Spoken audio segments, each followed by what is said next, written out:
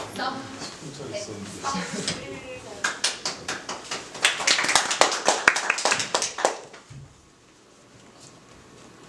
Hello. 쑥쑥.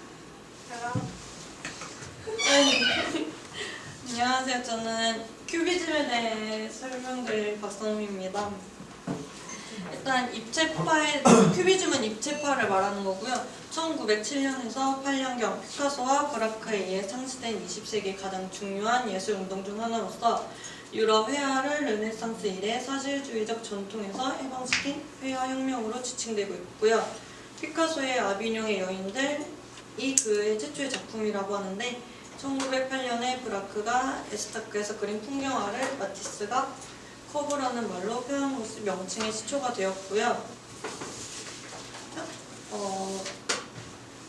사이 피카소와 브라크 예술은 자연을 원통, 원추, 구체로 다룬다라고 말하는 세잔의 예술에서 큰 영감을 얻어 대상의 존재성을 기본적인 형태와 양에 의해 포착하려고 했고요. 성격은 일반적으로 형식주의적이며 회화의 절차와 가치들의 재평가와 재발명에 관심을 두었습니다. 당시 현대문학과 유대를 함께했지만 문화의 인류를 피했고 사려 깊고 높은 지상적인 내용을 담고 있었습니다. 그리고 조용하고 반향적인 예술이라고도 말을 하고요. 화가는 대표적으로 피카소와 브라크, 폴 세잔 3명이 있는데요. 폴 세잔이 먼저 생긴 건 이렇게 생겼고요. 폴 세잔이 영향을 받아서 피카소랑 브라크가 작품이 방향성을 이끌었기 때문에 일단 폴 세잔 먼저 준비를 해봤습니다. 폴 세잔은 일반적으로 이때 1839년에 태어나서 1906년에 사망했고요. 근대 회화의 아버지라고도 불리고 국적은 프랑스입니다. 폴 세잔은 1839년 프랑스 남부의 액상 프로방스에서 부유한 은행가의 아들로 태어나서 어린 시절부터 화가가 되기를 꿈꿨으나 아버지의 강권에 못 이겨 1859년에 엑스대학교의 법학과에 입학했습니다. 그러나 화가가 되려는 그의 욕망은 꺾이지 않아 1861년 법률 공부를 그만두고 파리로 향해 그는 학창 시절부터 절친하게 지냈던 에밀 졸라의 권유로 미술 공부를 하게 되었습니다. 그래서 폴 세잔의 작품 대표적인 거 이쪽에 보시면 에스타크랑 카드놀이 하는 사람들 그래서 총 3가지를 준비를 했는데요. 일단 이게 목맨 사람의 집이라고 해서 이미지. 그래서 이게 에스타크. 이 에스타크 작품이 폴 세잔의 작품 중 하나인데요.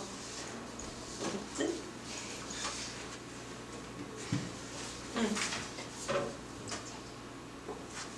이쪽에 이전에 보여드렸던 목맨 사람의 집 같은 경우는 그의 전기 작품 중에 손꼽히는 걸작이고 그 다음에 보여드린 에스타크와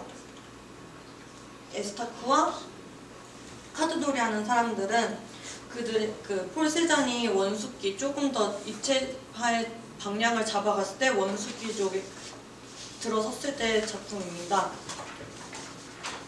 그리고 그 다음에 보여드릴 화가는요.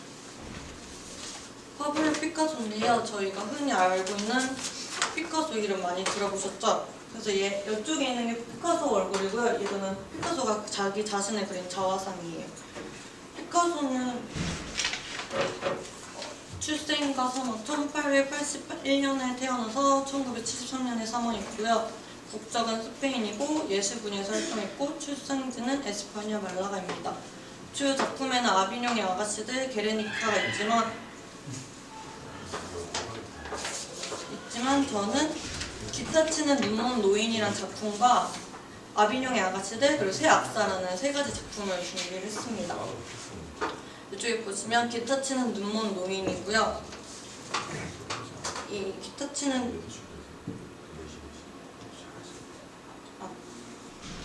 눈먼 노인이랑 이 아비뇽의 아가씨들 이게 제일 이게 입체파하면 딱 떠오르는 제일 대표적인 작품 중에 하나가 아비뇽의 아가씨들인데요.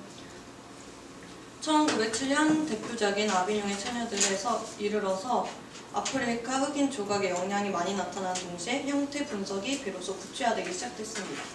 그래서 여러 의미적으로도 제일 대표적인 작품 중에 손꼽히고요. 그 다음에 보여드릴 거는 새 아빠 작품입니다. 피카소 그림하면 흔히들 약간 알록달록하고 약간 뭔가 이상하게 조합해놓은 작품인데 이걸 봤을 때 딱 피카소가 그렸구나라는 느낌을 받을 수 있는 그림이고요. 네. 그리고